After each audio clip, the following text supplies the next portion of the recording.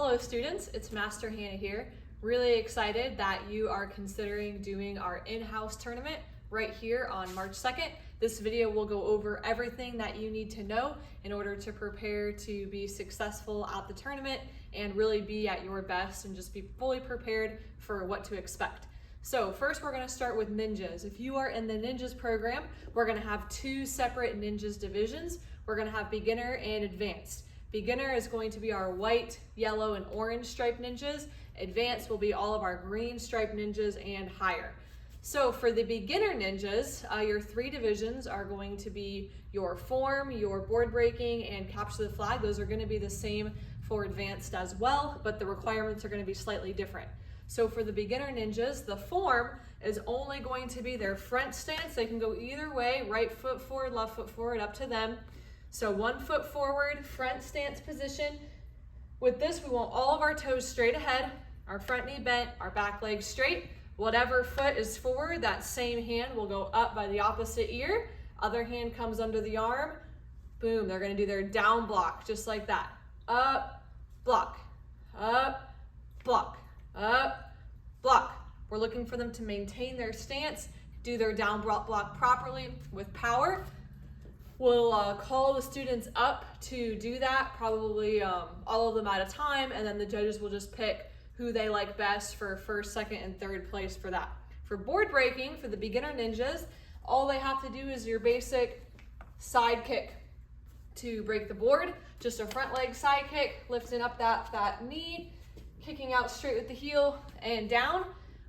If they break the board on the first try, that's a pretty good chance that they'll be in the running for first place. Every ninja will have 3 tries to break the board. If they don't break it within 3 tries, then that's it. If they do, then we'll keep going with whoever broke the board. We'll look at their technique, who has the best kick, to decide who will get first place from there. So your goal is to definitely break the board. That will give you the best chance to hopefully win. But even if you don't break the board, let's say only like 1 or 2 ninjas break the board, we'll still, cycle through everybody else for that third place position. So that's kind of how the board breaking competition will work. For advanced ninjas, for their form, they're gonna have to do something a little bit more in depth. We'll go over that when we go over the form requirement for everybody, because that's gonna be the same. For capture the flag, that's just 1 versus 1. They get 3 flags in their belt, and they just try to pull it out of the other person's belt, and then whoever gets the flags first before the end of the time wins. So that's how the competition will work for the ninjas. For advanced ninjas, I forgot to mention their board break kick will be step through side kick.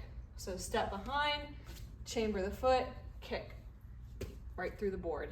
They'll be using their regular size boards that they're used to using for class.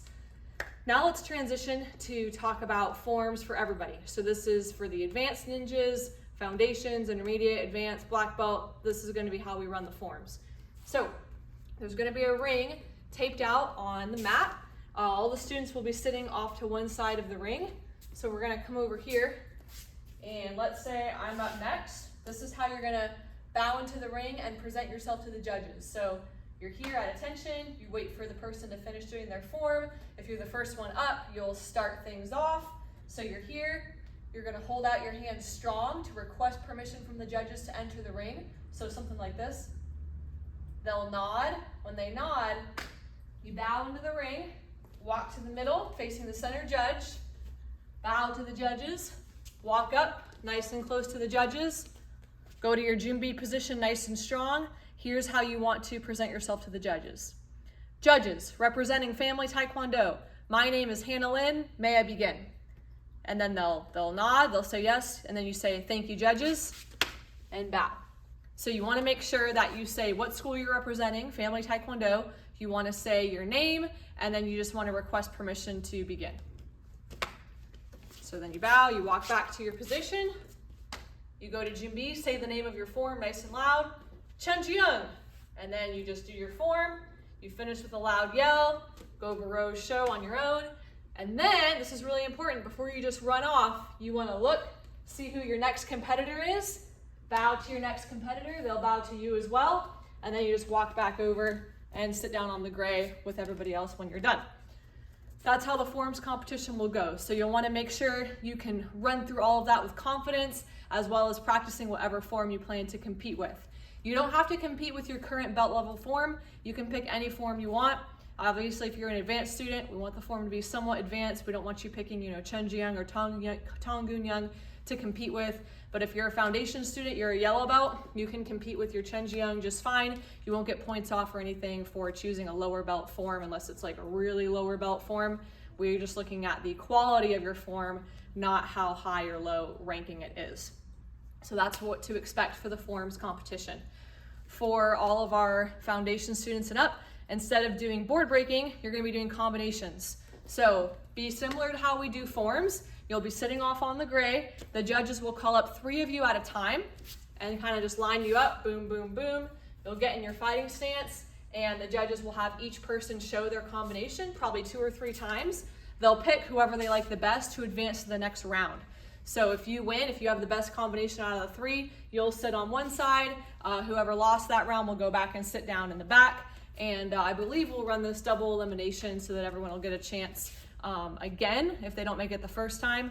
But we may just do single elimination. I'm not sure on that yet. So just make sure that you know your combination really well. You know it's strong. With your form and your combination, you want to make sure that you choose one that you know to completion.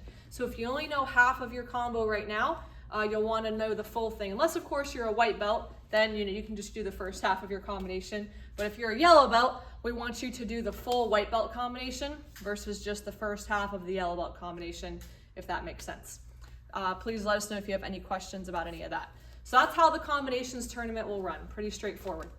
For brown and red belts, we want you to pick one of the white, yellow, green, blue belt combinations, not one of the kick combos that you've learned. So that's what you'll be competing with for that. Lastly, we kind of already went over capture the flag. That's pretty easy. So sparring, here's how sparring will work for the green belts and up. Here's how we'll run our points and kind of run our rings. The matches will be a certain number of minutes, either 1.5 minutes or 2 minutes, depending on your belt rank. You'll be fighting another person. The points will work like this. So if you kick somebody in the body, whether it's like a round kick, a front kick, side kick, something legal in the body above the belt, you will get 1 point for that. You'll get 1 point for any hand technique. That's like a back fist to the head, punch to the head, punch to the body. You'll get 1 point for that.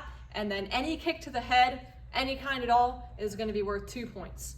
Now, you win by having the most points at the end of the time, or by having a 10-point spread between you and your opponent. So pretty straightforward. No kicking to the back, no kicking below the belt, no grabbing your opponent's kicks or anything like that for the kind of sparring that we're going to be doing, and no hitting in the face.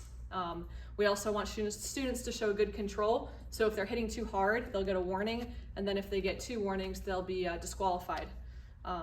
And then, same with like kicking in the groin. If that happens once, that's just a warning. If it happens more than once, they're going to be disqualified for not being able to kick above the belt. So that's how that's going to work with sparring.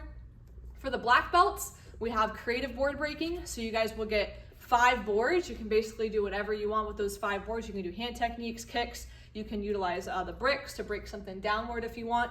You just kind of want to tie everything together so it looks like a complete demonstration, not just like individual separate breaks. You want to tie it all together, make it a show. We'll give you a score based on that.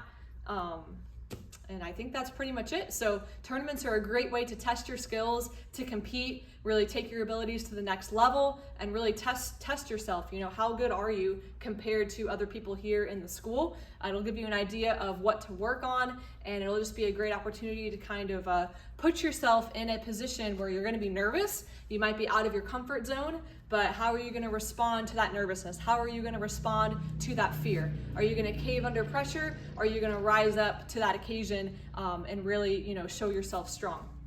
So a great opportunity to test your skills, like I said, and see how you do a little bit under pressure, which, in life, we're going to be faced with different kinds of pressure. So even if, your student isn't super competitive, a tournament is just a great experience overall.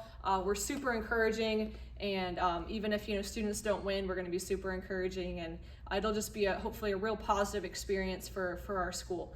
So we hope that this video was helpful and that you kind of know what to expect now from the tournament, and we hope to see you there.